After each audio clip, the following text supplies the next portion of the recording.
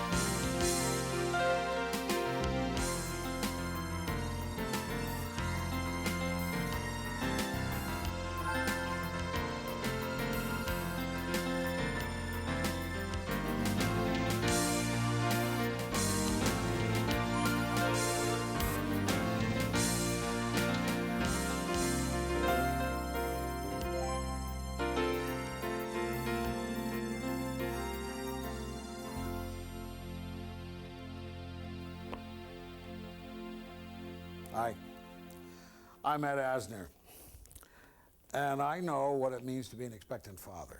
My son Charlie is just 5 years old. But I knew what it was to be an expectant father back in the 60s, when men's roles were very different than they are today. Back then I was establishing my career, and I didn't realize how important it was for me to be there for my kids. As I was raising my children, it was more of the father was leave early in the morning, go to work, come home, and the wife raised the children, more or less. Nowadays, it's more of a 50-50 project, I believe. The men are much more involved with the children than they used to be. I have this tremendous love and respect for my father. You know, he and I didn't, I was the last child, and he was working hard, and he and I didn't do a lot of the ball playing together. We did some. Back when I first became a father, men brought home the bacon and women brought home the babies. If I had told a producer I wanted to miss a performance so I could be with my wife during labor, he would have thought I'd flipped out. Having babies was women's work. The men had a fairly easy job. They provided the income and the discipline. The role of the father in this society is changing, and for the better. When my father raised me, I think that I can't document it, but I'm pretty sure that he had hardly any hand in the whole thing. Oh boy, are we gardening. Oh boy. Wait a minute, I'm gonna take a drink. Okay, don't waste it all though. You know, let's put the top back on. I've had a second chance to be a father. Now I've come to realize that there needs to be less emphasis on fame, success, and career, and more energy devoted to the thing that ultimately matters, the raising of a successful, happy, healthy human being. So do yourself a favor. Watch this program and become an integral part of what is probably the most rewarding and awesome experience of your life. Everything you go through, all that you will feel as a father, is a common experience shared by all men since the beginning of time. If you can take advantage of that shared experience, then this video will have been worthwhile. Now, here's our host, David Sparks, to get the ball rolling. Thanks, Ed. I, like you and just about every other guy in this video, am a dad, and I have experienced firsthand how the ground rules of being a father have changed dramatically, particularly in the last 10 years. I'm so very pleased to introduce Connie Marshall, who has written two absolutely fabulous books, one entitled From Here to Maternity, and the other, The Expectant Father. Now, Connie, you're an expert. Is there really such a thing as the male pregnancy experience? Yes, David, absolutely. But it's virtually uncharted territory. Expectant fathers need information that's relevant to their experience. They told us. They wanted more than to read their wife's prenatal book. They wanted their own book. They have that. And now this video for Expectant Fathers by Fathers is going to give us the opportunity to explore even more of that uncharted territory. And that's pretty exciting. It's very exciting, and we sure are pleased that you put the efforts forward, and we thank you for it. And also, thank you, Courtney. Yes, sweetheart. Let's take a look at some recent trends. 3 out of 4 men say that their family is the most important part of their life. Almost 1 in 3 have turned down a better job, a promotion, or a transfer because it would have meant less family time. And a whopping 81% of dads take a more active role in childcare than their own fathers did. For most men, the career is very important. But when you ask men who are on the tail end of their careers what's important looking back, they will universally say, the career is very secondary to the, to being a daddy. That can be true even when the career is extremely high profile. It's an unselfish thing to be a father, a husband, a homemaker, and so forth. And you have to find that balance there. And I try to make sure that my evenings are basically my family evenings. In the off season, I try to make sure at least 3 days a week I'm spending basically with my family. I think my generation of parents are approaching child rearing in a whole different way, where it really is a shared community within the house. And it feels like it's right and like it's healthy, and we'll have to see if our kids turn out to be psycho killers. If not, we know we did okay. When you think of how much more is expected from dads today, it can seem just a little bit intimidating. Once you've realized you're about to become a father, it's normal to think about the kind of relationship you want with your child. You may also think about the kind of relationship you had with your own dad, says Harvard psychologist and fatherhood expert Dr. Ron Levant, who is co-author of the book Between Father and Child. One of the things I've discovered when I have groups of fathers together is the almost universal feelings that people have about their own fathers. And it's often a feeling of grief, a sense of a void. Whoa, you guys! Play basketball. Oh, how about some quiet time? No. What do you guys want to do? Play basketball. Oh, UCLA psychologist and psychoanalyst Dr. Michael Diamond says that changing times can lead to confused expectations. For many men, there's tremendous confusion and difficulty and struggle with knowing what to do and how to trust one's own instincts. There's some stereotype models around about what it means to be a man, from John Wayne to Alan Alda.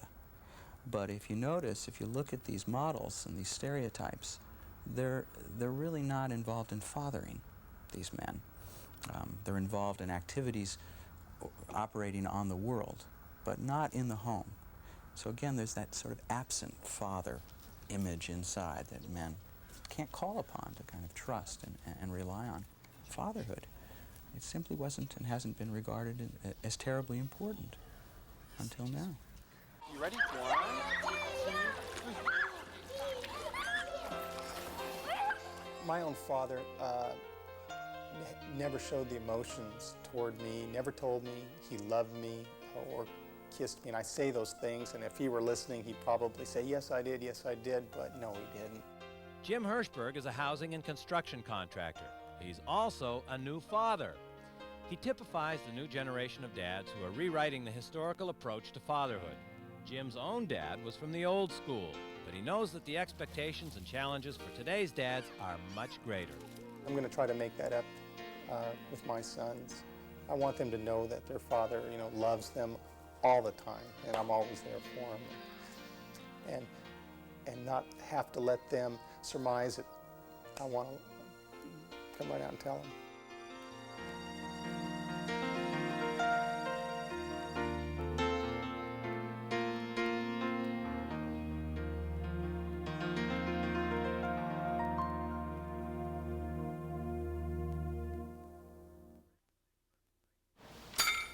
Practice makes perfect, right? I mean, why let performance anxiety trip you up as a father before you've even started? Everybody's a little shaky at first. Every single father that I've talked to has said the exact same thing. They were scared to death when they heard those 3 fateful words. Honey, I'm pregnant.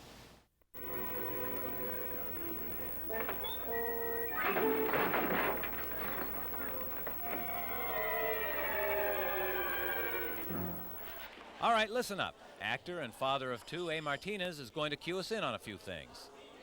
Yeah, you did it. And take my word for it, your life will never be the same. I wish I had a nickel for every time somebody told me that. And of course, they were right. I can't be zooming off down here to the local pool hall to hang out with my buds anytime I dang well please these days. I got responsibilities at home. The fact is, I would not trade the life my kids have brought to me for anything. But it has been an adjustment. And I guess until you've actually experienced the joys of parenthood firsthand, you don't really understand that you're not going to miss your carefree days of youth as much as you think. Which is why a lot of guys get panicked when they first hear that they've succeeded in getting their woman pregnant. Now me, when I first heard, well, just about as cool as that. I guess because we'd been trying for a while to have a baby and had not succeeded, I started thinking maybe that we weren't going to have one. All of a sudden, boom. Welcome to the wonderful world of true grown-upness. There's nothing like it. After, hugs, kisses, crying, laughing, and everything else like that, I got on the phone and called everybody I could possibly call to say, you won't believe this, but we're pregnant. She had been in the bathroom for an extended period of time. And so I go to the door, I say, you okay, you okay? The door flies open, she's got these wild eyes, and she says, I think I'm pregnant. I was at the easel, and Casey came in and said, it turned pink. And finally at register, I said, what turned pink? She said, the test. I said, what test? She said, I'm pregnant. And I kept on painting for a little longer, and then it hit me. Our son is the product of in vitro fertilization. So we knew the minute we got pregnant because we were right there in the lab, and we saw Gabriel when he was a little four-celled creature in a microscope before he went back inside his mom. But when we found out that in fact he had taken, it was an amazing moment. I think we both just collapsed and cried. I was in Europe doing the pre-Olympics, I think it was, and she called me on the phone, and I was in France, and she said, Andy, you got to sit down. And I said, what happened? What's wrong? She says, I'm pregnant. We both started laughing and giggling, and she says, I hate to say it, but you're not the first, you're the second person to know. I told President Bush today. So it was pretty exciting. No one really adequately explained to me just how much more of a man I have come to feel since passing on the gift of life. It made me feel really good about myself, and I feel like I finally stepped through the last passage into my manhood.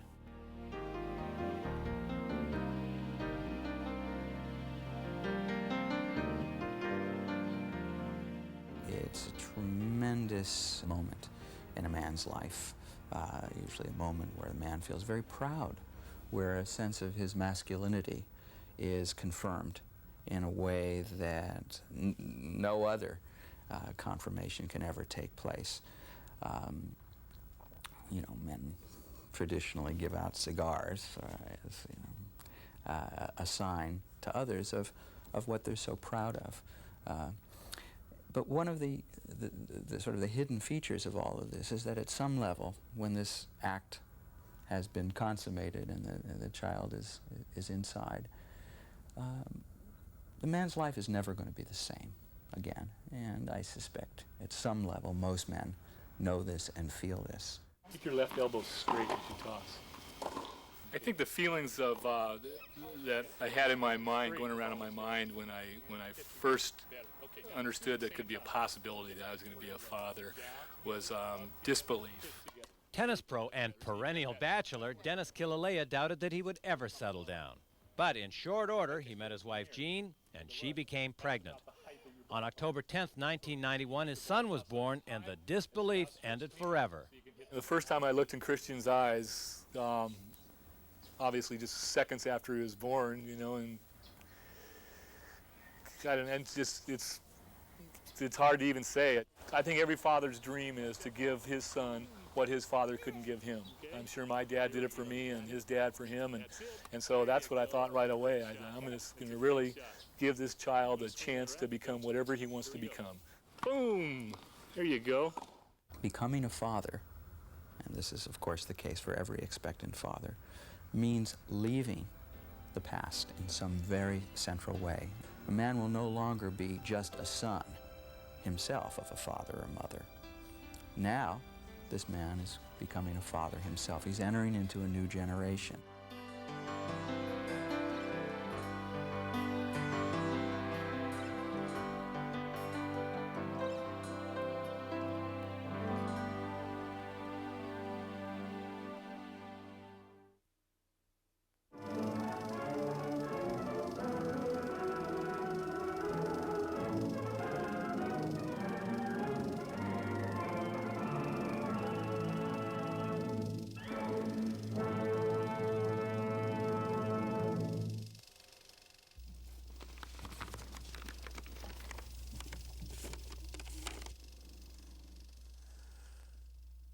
Oh, so you caught me.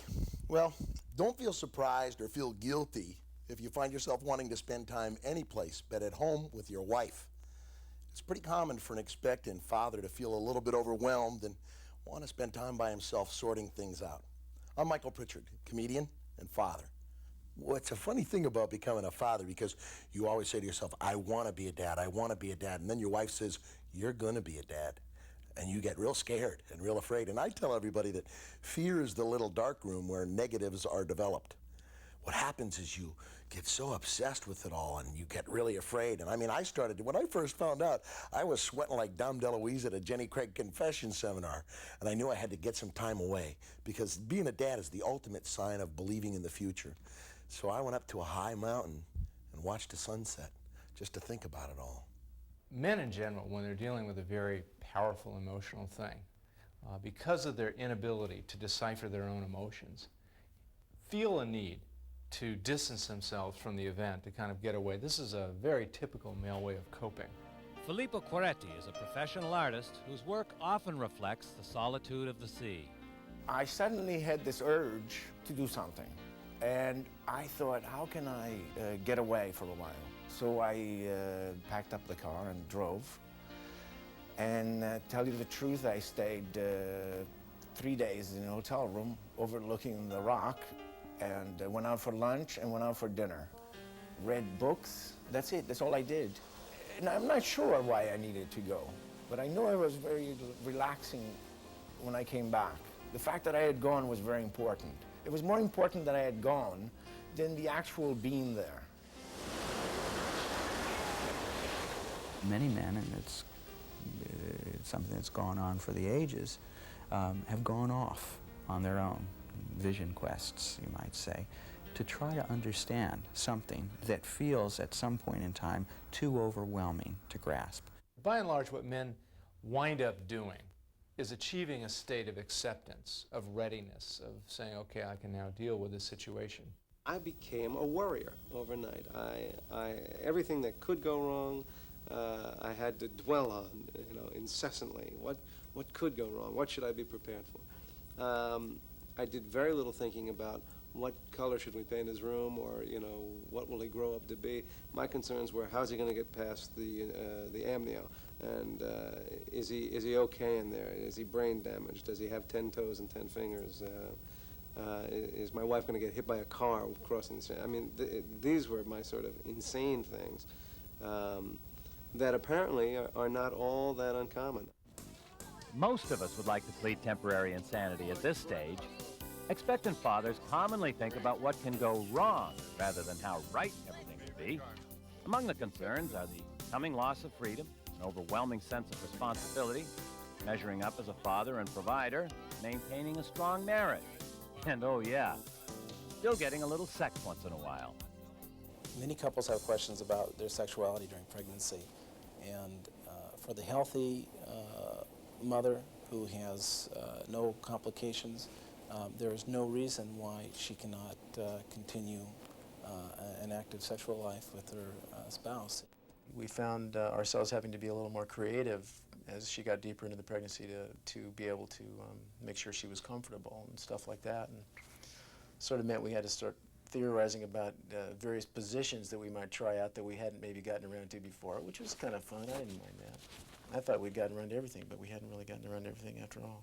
There were times when she just didn't want to have anything to do with me, and there were times when she's grabbing me going, you're going to be late for work this morning, sweetheart, you know. That was kind of interesting because she didn't act like that before.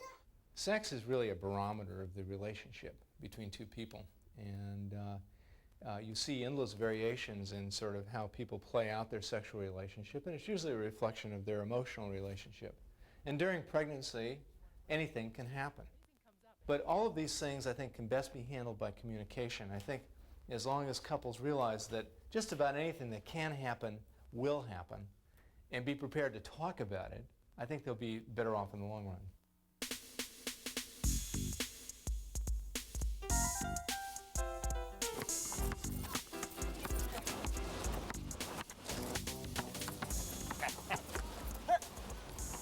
And in and out. You know, I guess the time when communication was stressed the greatest between my wife and I was when we started having the baby kick. The greatest feeling I ever had was the first time I felt the baby kick. The second greatest feeling was the second time, and the third, and so on. But confidentially, by 268, the verve had basically gone for me, and she was equally as excited each and every time. It never went away. And I started to think, well, maybe it has something to do with the fact that the baby is inside her body. It's an inside body experience. It's not for the man. And so it's hard to keep going with that same excitement. But I'll tell you something, it led to a lot of hurt and a lot of miscommunication between us. And I guess if you guys have had the same experiences, you can certainly relate.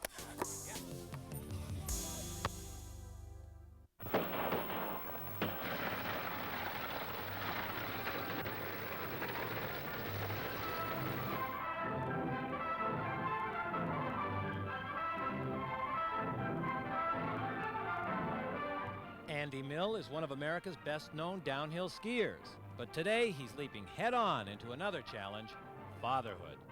Andy and his wife, tennis legend Chris Evert, have been blessed with a baby boy named Alex. As an Olympic skier, I know the thrill of flying down the side of a mountain at 70 miles per hour. It helped me understand the term leap of faith and the importance of the term conviction. But when Chris became pregnant and had our son Alex, I felt a sense of responsibility, not only in supporting her, but in showing Alex the part of my life that is one both fun and adventurous. Now, it's obviously much too early to expose Alex to the risks of downhill ski racing, but I feel it's never too early to introduce Alex and other children to the joys and adventures of life. Fathers, dads bring something very unique that comes from being a man into the foray, just as moms do. I think the best way to put it is to share an Indian tale that I have heard and very much relish myself. It goes something like this. A mother is holding her infant very closely and says to the infant, "I will comfort you." At which point the father comes in and takes the infant from the mother and walks up a hill to a mountaintop with the infant. And as he holds the infant, by the way, in a very different way than the mom holds the infant, he points out and he says to the infant, "This is the world. I will introduce you." Alex and I are already good buddies. We do a lot of things together, and he really enjoys what I do, and I get him all riled up and wind him up, and then when he gets tired, I hand him off to Mom. Accepting the onrushing responsibility of fatherhood, preparing and defining your role, can be a heady experience. But during the pregnancy, it can also lead to frustration, since so much of the process is centered around the woman. Many men see themselves as support people during this phase, and sometimes it's to the exclusion of their own needs. I was really filled with a lot of anxiety in having the child because I couldn't put my hands on it. Sure, Chrissy's pregnant and we're seeing the sonograms and whatnot, but I'm not experiencing the growth of this child. So here I was, you know, a sidebar to the whole thing, but I couldn't put my hands on it. I kept trying to play an active role. and be supportive, but I could never really feel whether or not it was working. Your own needs as a father has to take the back burner because, especially during the pregnancy, because the mother's going through so much, and you have to be unselfish. You can't be selfish when your wife is expecting because she's going through so much, the body's changing so much. I felt that during the pregnancy, my position in the whole situation was put into a sort of retreat. And it might have bothered me a little bit at the top, I suppose, but when you start to see what's going on with her body and realize that there's a burden coming on her that is so profound, I think it would be selfish to, and a bit juvenile really, to start clamoring for more attention or something. There's this feeling that because of the male code of self-sacrifice, that she's going through all this, what right do I have to ask for whatever it is? But you know, during pregnancy, a lot of men feel a sense of loss and a sense of being abandoned. There's a phase in pregnancy where women do become more preoccupied with themselves, do become more preoccupied with this growing, fetus inside of them and with their own notions of what it means to be a mother, and they withdraw to some extent from their husbands, and as a consequence, men do feel sort of left out to dry. So I think men have to get beyond that feeling that you can't ask for anything. Never think that you are not important. Dr. Murph Goodwin of Good Samaritan Hospital in Los Angeles says a father's role in the birth is vital. But still, too many fathers don't take responsibility for the task at hand. The principal problem with understanding the father's needs that I observe as a physician is that they're never articulated or very infrequently articulated. And the father will, if he's expressed them to the wife, she is sometimes reticent about bringing them up. Many fathers don't come to prenatal visits even on an interim basis. And I would highly recommend that they make at least 1 or 2 visits before the delivery time to speak with the doctor and to air their particular concerns. Mark Bailey is a television and radio host. He and his wife Kelly are expecting their first child, and as they enter the last few months of pregnancy, he says it can't happen too soon. There's only so much planning you can do for something that you have no experience with. You can talk to other people, but until it's happening to you, it's a lot like listening to somebody else's golf game when you don't play golf. You really don't care, and it sounds like a real stupid game. And this whole idea of having kids and coming into your life and changing your life and, oh, it won't change my life. Yes, it will. I know it will. I can't figure out ahead of time how.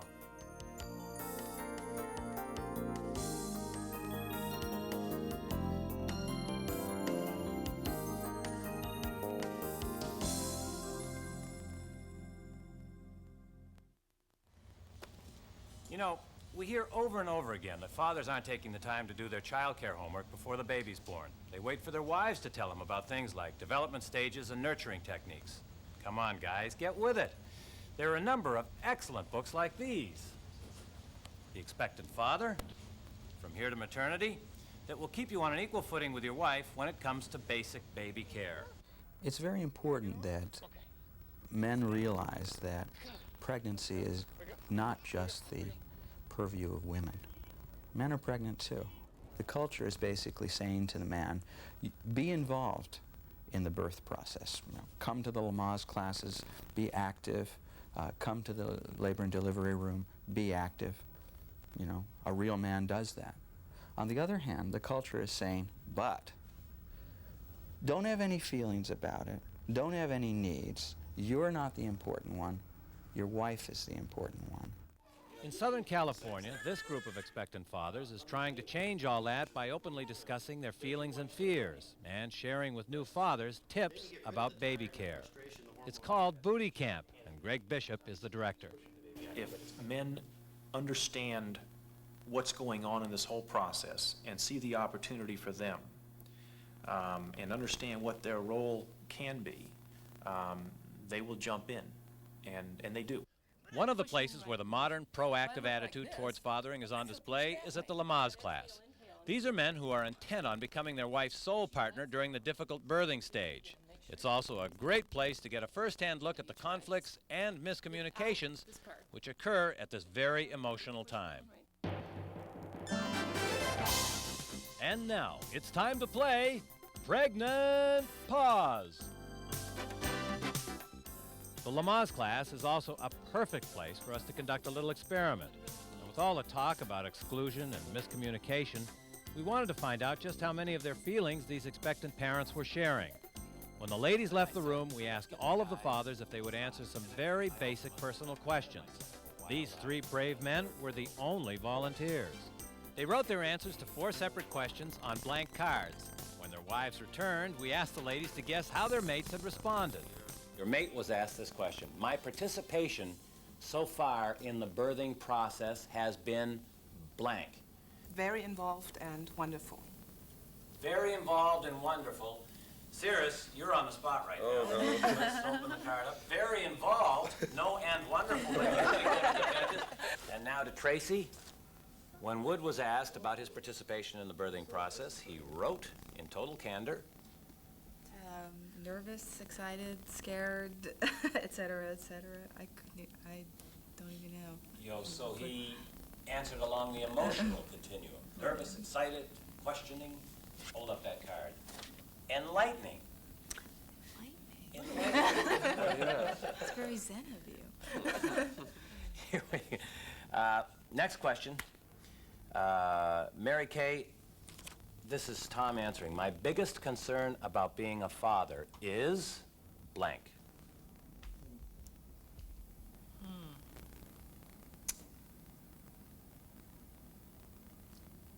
Money.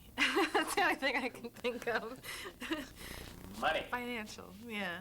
Okay, hold that up. He's concerned about being a loving, caring father. You are, right? That's interesting. Well, A normal reaction. I didn't give him enough credit, I guess. If I had to use one word to describe our sex life since the pregnancy, it would be... Little less. Hold up that card, let's take a look. Considerably reduced. Also less, but more cuddly. Less but more cuddly. Quickly hold up that card. Very infrequent and careful. Another 25 points. Finally, Tracy and Wood. Tracy, what did Wood say in response to the question? Go with the rest of them. Less. Infrequent. Hold up that card. Infrequent. Aha! A wonderful match. In fact, we're going to give you 100 bonus points. The purpose of this game is to point out that couples can have a little fun while learning to communicate their feelings, and that sharing their feelings becomes particularly important when together they face the amazing but stressful process inside the delivery room. Well, so 3 little peas in a pod, huh? Ooh, ooh, ooh, ooh, ooh.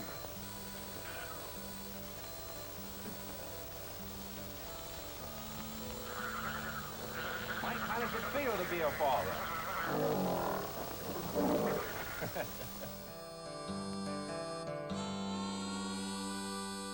Television star and brand new father Jason Alexander still seems a trifle disoriented from the birth of his son. Oh, hi, how you doing? Hospital. Yeah, I'll never forget the day my wife went into labor. Actually, the days that my wife went into labor. Not that I wasn't prepared. I was prepared. I was ready. I knew what I was doing. Just wished I could have been right here, unconscious, when she went through the whole thing, but it didn't work out that way. Nope, she needed me. She needed me, and I was there, knowing what I was doing. Cool, efficient, professional. That's the way it's got to be. You got to be a pro. If the baby wants to come, the baby wants to come. I mean, can't do too much about that. I get a call about 11 o'clock in the morning from Peggy, from the doctor's office, saying, doctor says my water's broken and that we're going to have the baby in the next 24 hours. Get your butt in here. Or words very close to that. David Bloom is a newspaper reporter who always thought he'd be a father before age 30.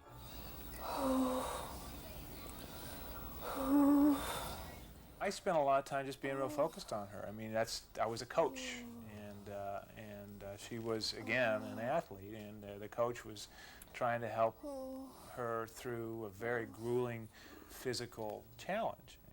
In the heat of the battle, so to speak, your role can be very, very important. your positive reinforcement. Even if you forget all the rules that you learned in the class and the specific instructions, stay with it and remember that your positive reinforcement can really make a big difference.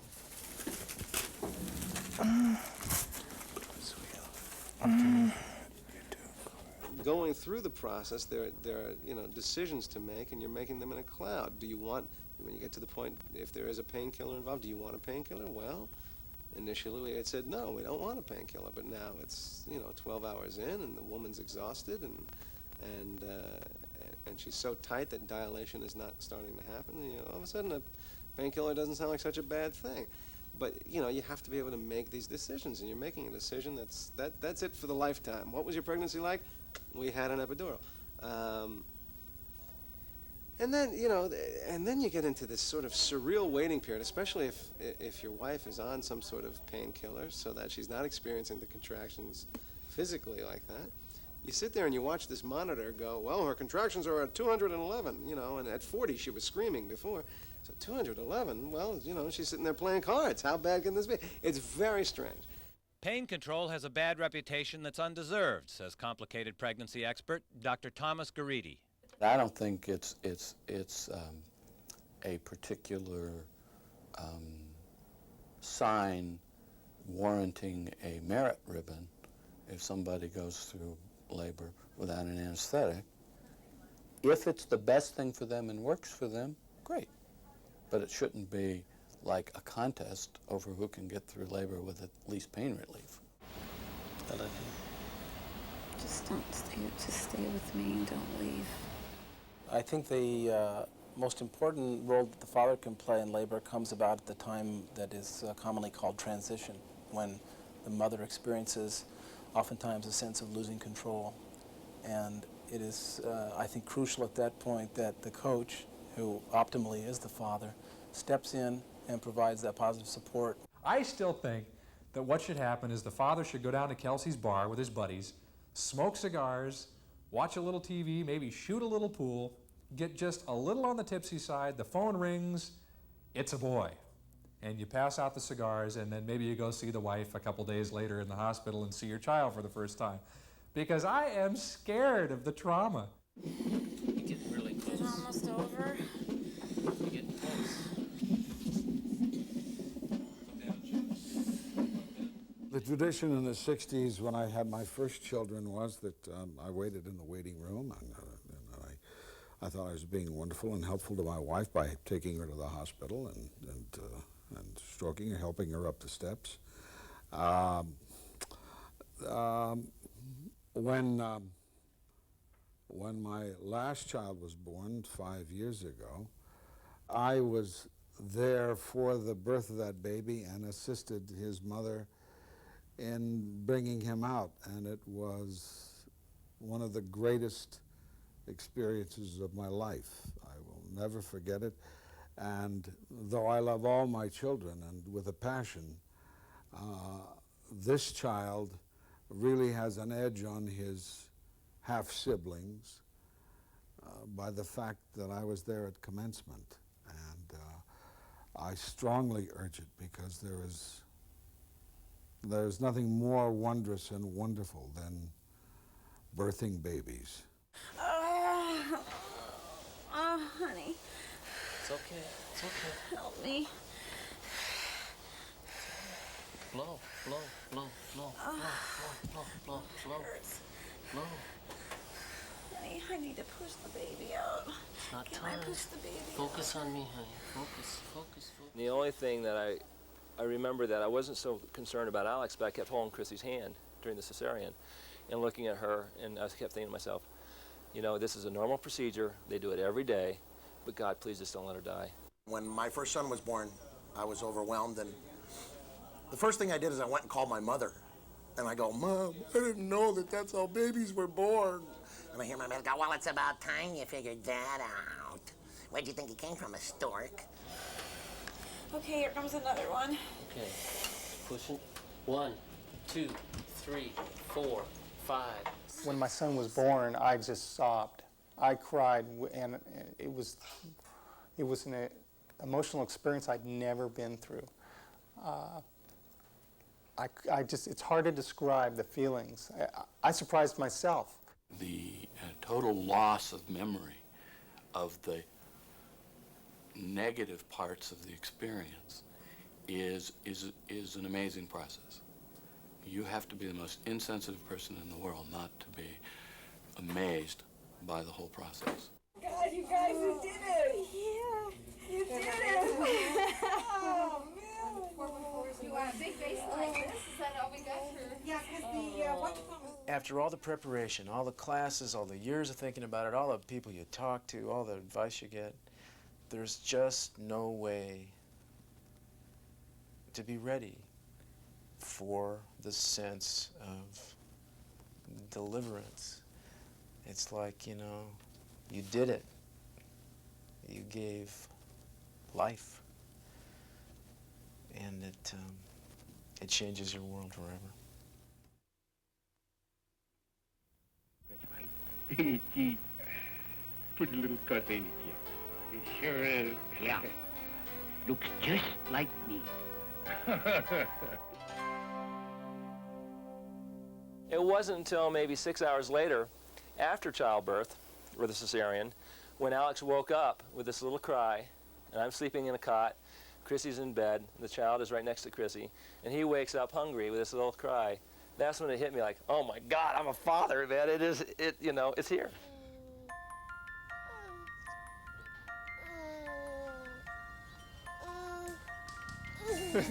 Yeah. Being a father is great. There's no question about it.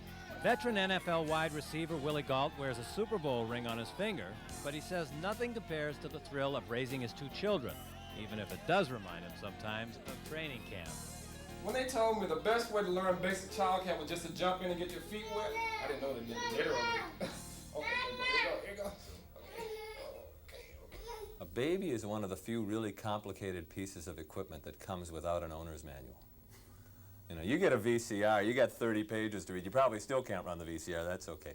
Baby doesn't come with any manual, so you have to figure out during those first few days how to hold the baby, how to change the baby, how to respond to the baby, how to be the supporting parent for a mother who may be up breastfeeding that baby every 2 hours. And if you follow your gut instincts and ignore the American concept of the father with squared shoulders returning to the workplace, you're going to do well. And if instead you pull back from this, you're beginning a cycle of trouble where you're constantly handing the baby to her mother. It's important for you to, even if you divide up the tasks in terms of the hours of the day, the morning and the evening, it's important for you to feel that you have responsibility, that the buck stops with you during this period of time with you and your child. For most fathers, those first few days at home with a newborn are so confusing and unfamiliar that just getting through them becomes the main focus. As far as getting into his rhythms and responding to what he needs, he has no rhythms, and we don't know what the hell he needs. He's not a crier, so he starts to get fussy, and you go, oh, well, he needs something, and then you run the list. You try food. If it's not food, you try to take him outside. If it's not outside, you check the diaper. If it's not the diaper, maybe he's got gas. If it's not, but everybody said you'll know the baby's cry. You'll learn what the different cries mean. Malarkey. We don't know what he's talking about. When my first son was born, we would wake up at night and we would wait for his every breath. You know how they cry? They go, and then you hear that one that goes, wah! And my wife would go, get him, he's choking. And I go in there, and my wife is sitting there, get him, get him. And you're afraid he's dying, and then all of a sudden you run in, and the baby's going, take me to my mother, fatso.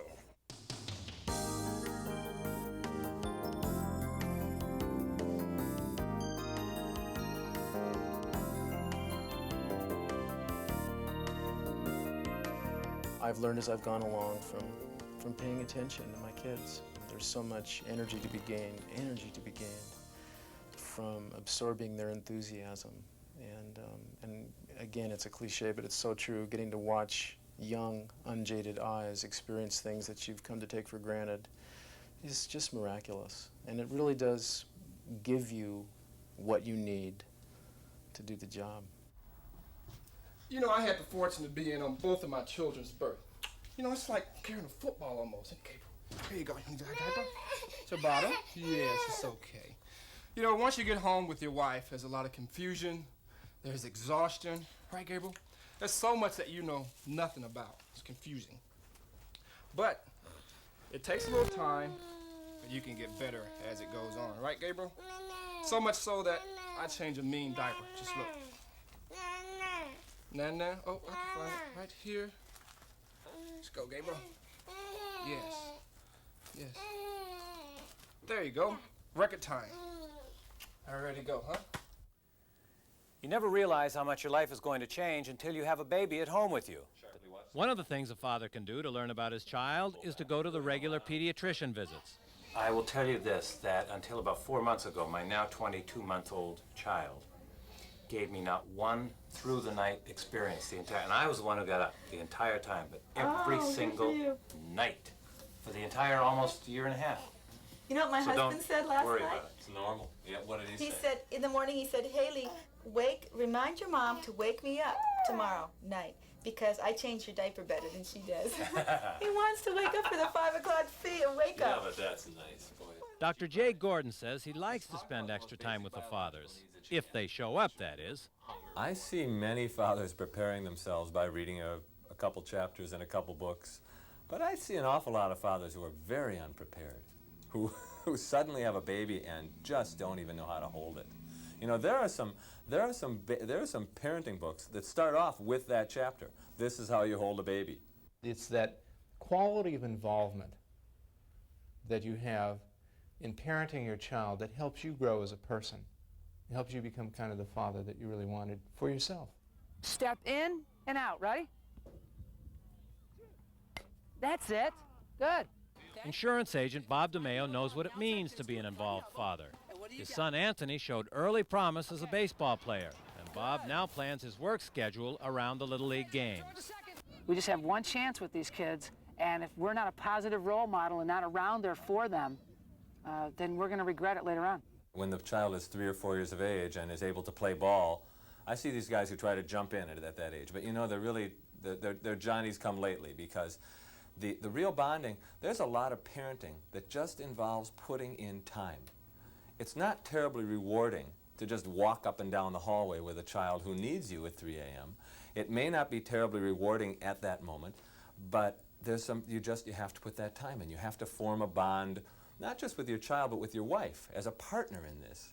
Enjoy those moments when she still looks to you, when he or she still needs you or wants you to do things with her or him, because that's the one time you get to be this wonderful person in somebody's eyes. I hug my kids a lot. I love my kids and kiss my kids a lot more than I got, but I got hugged a lot and got told I loved each other. We love each other.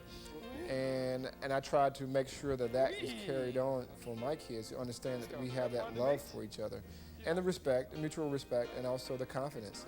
If your kid has confidence, then he's going to grow up to, or she's going to grow up to be a very productive citizen. Hey, you know, every parent I've ever talked to says it's the greatest thing that ever happens to you, so I'm ready for my greatest thing.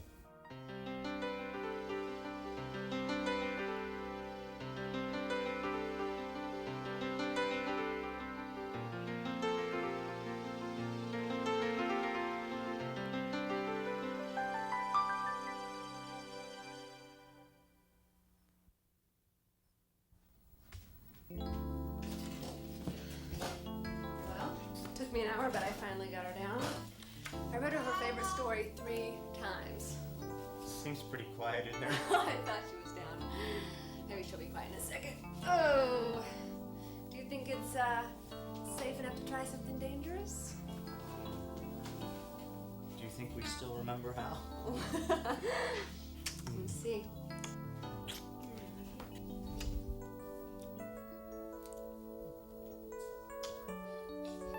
Hey, little rascal.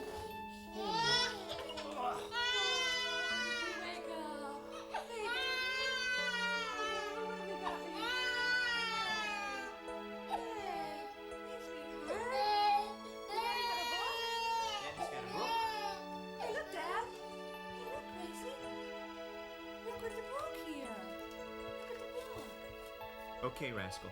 One more story. And then it is time for bed. Your mother and I have some very important business that we want to attend to. Unless you want to be an only child.